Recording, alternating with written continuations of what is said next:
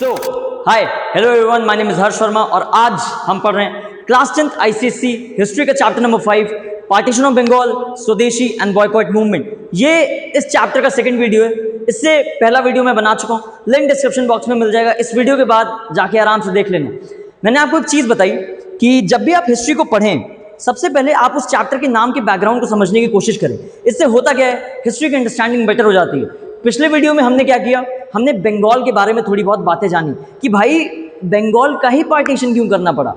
तो इसको समझने के लिए तुम्हें बंगाल के बारे में जानना पड़ेगा ना, कुछ खास बात रही होगी बंगाल में, तभी तो बंगाल का पार्टीशन करना पड़ा। तो हमने पिछले वीडियो में जाना कि कैसे बंगाल इंडिया का पॉलिटिकल पावर हाउस था, कैसे बंगाल इंडिया का इकोनॉमिक पावर हाउस था। दुनिया का 12% पैसा बंगाल ही जनरेट करता था। जब दुनिया ने कभी डेमोक्रेसी नहीं देखी थी, बंगाल उसका नज़ारा पेश कर चुका था। ये सारी बातें हमने पिछले वीडियो में जानी। बंगाल एजुकेशनली बहुत अवेयर था। इंडिया की कहना गलत हो जाएगा, एशिया की सबसे पहली फीमेल ग्रेजुएट्स अगर किसी स्टेट को बिलोंग करती हैं तो वो बंगाल है। अब आप समझ लीजिए, जहाँ पूरी दुनिया भर में 1900s के टाइम पे फीमेल्स को पढ़ाया नहीं जाता है, उन्हें बैकफुट पे रखा जाता है, उन्हें घर के काम सौंप दिए जाते हैं, वहाँ पे बंगाल एशिया की सबसे पहली ग्रेजुएट्स को प्रोड्यूस करता है। अब बंगाल का स्टेटस समझ पा रहे हैं, बंगाल की इमेज बना पा रहे हैं। ये सब बातें हमने पिछले वीडियो में करी हैं। आज हम उस व्यक्ति के बारे में जानेंगे जिसने बंगाल का पार्टीशन किया, और उस व्यक्ति का नाम है लॉर्ड कर्जन। जैसे आज के टाइम पे क्या होता है, इंडिया में प्राइम मिनिस्टर्स होते हैं। प्राइम मिनिस्टर क्या करते हैं, वो पूरे इंडिया को ओन करते हैं, वो पूरे इंडिया को चलाते हैं, इंडिया के लिए पॉलिसीज बनाते हैं। वैसे जब ब्रिटिश हम पे रूल कर रहे थे, ब्रिटिश हम पे शासन कर रहे थे, तो जो इंडिया का प्राइम मिनिस्टर होता था उस टाइम पे उसको कहते थे वॉइस रॉय, राइट। और ब्रिटिश के प्राइम मिनिस्टर को वॉइस रॉय कहते थे। और जिस वाइस रॉय ने बंगाल का पार्टीशन किया, उस वाइस रॉय का नाम है लॉर्ड कर्जन। ये इंडिया कब आता है, 1899 में। डेट याद रखिएगा, 1899 में। और डेट्स कभी याद नहीं करी जाती हैं। जब आप इस चैप्टर को मेरे साथ पूरा पढ़ेंगे तो आपको पता चलेगा डेट्स कभी याद ही नहीं करी जाती हैं। वो सारे सीरियल में कहानी जुड़ती चली जाती है और तारीखें आपको रटती चली जाती हैं। पहली डेट 1899 में कर्जन इंडिया आता है, कर्जन इंडिया का वाइसरॉय बनता है, और 1905 में कर्जन का टेन्योर इंडिया में पूरा हो जाता है। इसी दौरान वो बंगाल का पार्टीशन करता है। थोड़ा सा कर्जन के बारे में जान लेते हैं। हिस्ट्री को पढ़ने का सबसे अच्छा तरीका क्या है, न्यूट्रलिटी। सर ये न्यूट्रलिटी क्या होता है? न्यूट्रलिटी एक ऐसी चीज़ है जो एक स्किल है बेसिकली, जो बहुत सारे लोग अपने अंदर कभी नहीं ला पाते हैं। न्यूट्रलिटी का मतलब है कि जैसे आप हिस्ट्री पढ़ रहे हैं तो आप हिस्ट्री को एक न्यूट्रल व्यक्ति की तरह पढ़ें। आप हिस्ट्री को हिंदू बन के ना पढ़ें, आप हिस्ट्री को मुस्लिम बन के ना पढ़ें, आप हिस्ट्री को क्रिश्चियन बन के ना पढ़ें, आप हिस्ट्री को कुछ बन के ना पढ़ें। आप हिस्ट्री को सिर्फ एक इंसान बन के पढ़ें, और जिसकी कहानी पढ़ रहे हैं उसको भी एक इंसान समझें। फॉर एग्जाम्पल, आप हिंदू बन के हिस्ट्री पढ़ रहे हैं, तो जब आप अशोक के बारे में पढ़ेंगे तो आप अशोक की अचीवमेंट्स को तो समझेंगे, लेकिन आप अशोक की कमियों को कभी देख नहीं पाएंगे। क्यों?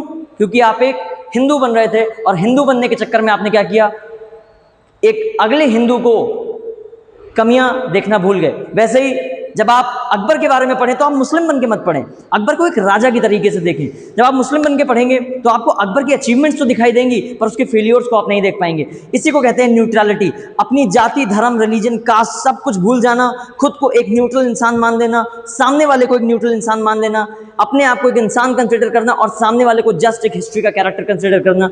This is known as neutrality. अगर हम अंग्रेज़ों को कुछ इस तरीके से देखेंगे कि बाहरी थे, हमें मारा पीटा, तो हम हमेशा उनके प्रति एक हेट रखेंगे। रखनी भी चाहिए, आगे बताऊंगा क्यों रखनी चाहिए, रखनी भी चाहिए, लेकिन उनमें कुछ खास बातें भी थी जिनसे हम बहुत सारी सीख ले सकते हैं, लर्निंग्स ले सकते हैं। आज हम न्यूट्रल बन के कर्जन की कहानी को जानते हैं। कर्जन इंडिया आता है 1899, भारत में रहता है 1905 तक। कर्जन की सबसे पहली बात क्या है, एफिशिएंट और केपेबल एडमिनिस्ट्रेटर है। एफिशिएंट और केपेबल एडमिनिस्ट्रेटर का मतलब क्या है, अगर आप इसको कितनी भी भीड़ दे दें, कितना भी काम दे दें, कितना भी वर्कलोड दे दें, इसके ऊपर कोई असर नहीं पड़ता है। कूल, काम, कंपोज्ड, हमेशा बड़ा स्ट्रक्चर्ड तरीके से रहता है, और बहुत बड़े बड़े कामों को, भारी भारी कामों को ऐसे सॉल्व कर देता है। तो ये इसकी सबसे बड़ी खूबी है। क्या है? एफिशिएंट और केपेबल एडमिनिस्ट्रेटर है। दूसरी इसकी बड़ी खूबी क्या है? एम्बिशियस है, सपने देखता है, बड़ी बड़ी चीज़ों को पाना चाहता है, एम्बिशियस आदमी है। दूसरा, इंपीरियलिस्टिक है। सर इंपीरियलिस्टिक क्या होता है? इंपीरियलिज्म एक कॉन्सेप्ट है जो कि वेस्ट ने निकाला। ये कॉन्सेप्ट ये कहता है कि जितने भी छोटे छोटे देश हैं उनको बड़े बड़े देश उन पे कब्जा करेंगे। उनके रिसोर्सेज मतलब वहाँ पे जो कोल है, आयरन है, मिनरल्स है, पैसे हैं, उनको वो अपने पास लाएंगे और अपने फायदे के लिए इस्तेमाल करेंगे। This theory is known as imperialism. और कर्जन इंपीरियलिस्टिक विचारधारा को रखता है, he is imperialistic in nature. वो इस थ्योरी को बिल्कुल सही मानता है और वो कहता है कि अगर ब्रिटेन ने इंडिया पे कैप्चर किया है, इंडिया को कब्जा किया है, तो इसमें कोई गड़बड़ नहीं है, मैं इंपीरियलिस्टिक हूं नेचर में।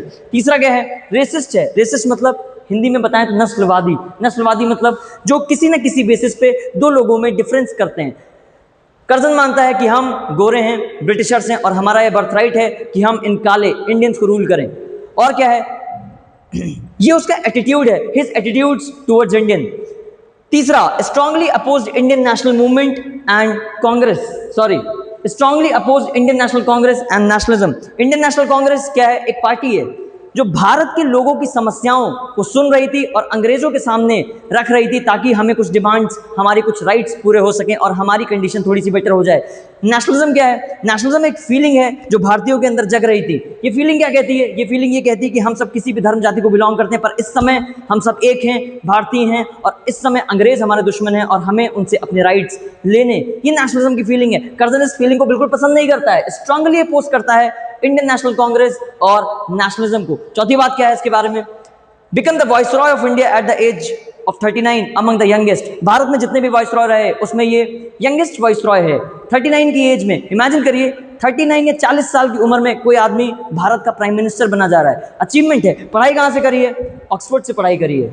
ऐसा नहीं कि पढ़ा लिखा नहीं है, highly educated, educated from Oxford university, right. इसके बारे में कुछ किस्से कहानियां और हैं। जैसे कर्जन की हमेशा एक साइड दिखाई जाती है जो बहुत ही ज़्यादा एग्रेसिव है, पर इसके बारे में कुछ किस्से कहानियां और हैं। फॉर एग्जाम्पल, इसकी वाइफ के साथ इसकी कुछ स्टोरीज हैं कि उसकी वाइफ को एक बार एक शो में जाना था, इंडिया में हो रहा था, इंडिया में एक इवेंट हो रहा था, दिल्ली दरबार उस इवेंट का नाम है। फ्रांस के सबसे महंगे डिज़ाइनर को बुलाता है और अपनी वाइफ का गाउन डिज़ाइन कराता है, सोने लगवाता है, चांदी लगवाता है, हीरो से उसका गाउन सजवाता है। काजीरंगा नेशनल पार्क, इंडिया में एक नेशनल पार्क है जहाँ पे 1 हॉर्न राइनो देखने को मिलता है। पहले ये सब पार्क्स नेशनल पार्क्स नहीं हुआ करते थे, जंगल हुआ करते थे। इन जंगलों में कोई भी जाता था, कोई भी शिकार कर लेता था, कोई भी जानवरों को मार देता था। उसकी वाइफ एक बार वहाँ जाती है और वो देखती है कि बहुत सारे 1 हॉर्न राइनो का शिकार हो रहा है, बहुत सारे 1 हॉर्न राइनो दिक्कतों का शिकार हो रहे हैं और उनकी हंटिंग कर दी जाती है। ये भाई साहब क्या करते हैं, कुछ ही समय में एक भारत में नियम पास करते हैं, क्योंकि वाइसरॉय हैं, एक लॉ पास करते हैं जिसका नाम है नेशनल पार्क्स, कि इंडिया में जितने भी जंगल हैं जो उसकी पत्नी को पसंद हैं उन सबको नेशनल पार्क में कन्वर्ट कर दिया जाएगा, राइट। नेशनल पार्क क्या होता है? नेशनल पार्क, जब फॉरेस्ट को नेशनल पार्क में कन्वर्ट करते हैं तो क्या डिफरेंस आ जाता है? नेशनल पार्क का मतलब है कि बाउंड्रीज फिक्स हैं, उसका एरिया फिक्स है, गेट है, सिक्योरिटी है, अब अंदर जाके कोई शिकार नहीं कर पाएगा, अंदर की चीज़ें कोई बाहर नहीं ला पाएगा। Hunting, poaching and cutting down of trees by outsiders is strictly prohibited in national park. ये कर्जन है। अब सोचिए, एक तरफ बंगाल जो पिछले वीडियो में हमने पढ़ा, कितनी शानदार और पावरफुल जगह है, और एक तरफ कर्जन है। तो जब कर्जन बंगाल पहुंचता है तो बंगाल का पार्टीशन करता है, और बंगाल का नेचर है वो अपने साथ कुछ गलत सहेगा नहीं, तो बंगाल कर्जन को जो रिप्लाई देता है उस रिप्लाई का नाम है स्वदेशी एंड बॉयकॉट मूवमेंट। अगले वीडियो में जानेंगे कि कर्जन ने बंगाल का पार्टीशन क्यों किया, जनता को क्या कारण बताए और असली हिडन रीजंस क्या थे। Thank you, stay tuned, follow for more, good luck.